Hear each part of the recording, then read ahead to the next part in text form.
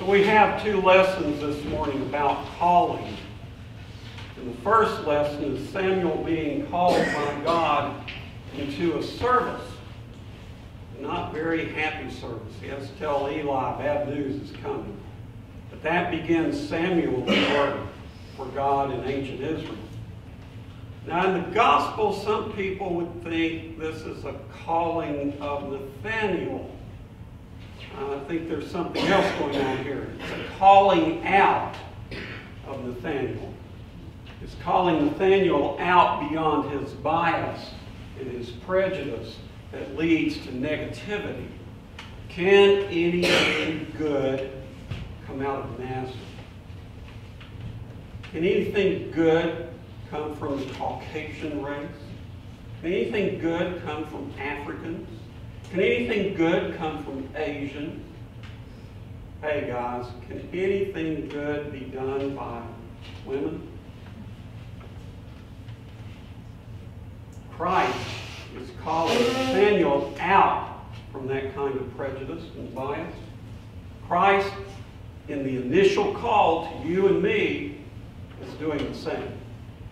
Now, right here, considering tomorrow we observe Martin Luther King's holiday, it'd be a great place for me to insert a pithy quotation from Dr. King.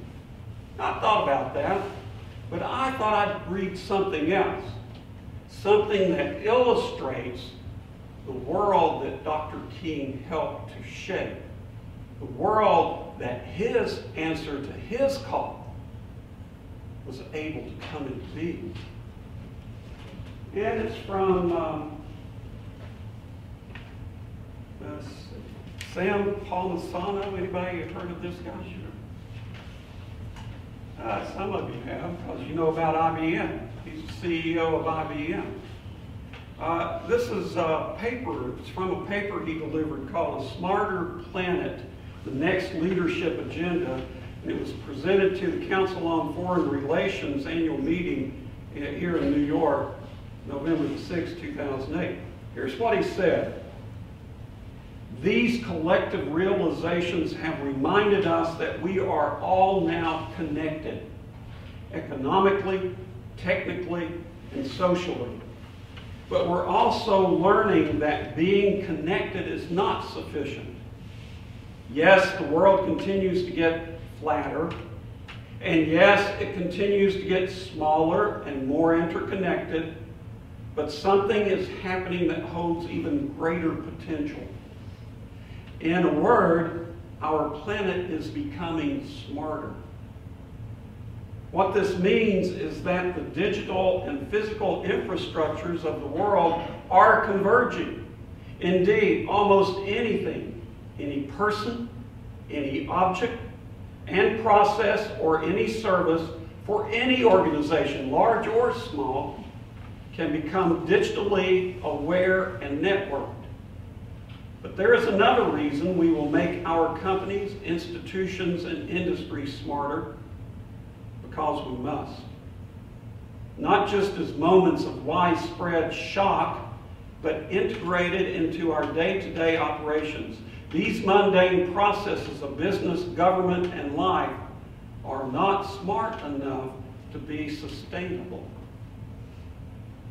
Now, the connection I'm trying to make here is that Dr. King and Jesus Christ is calling us beyond stupidity.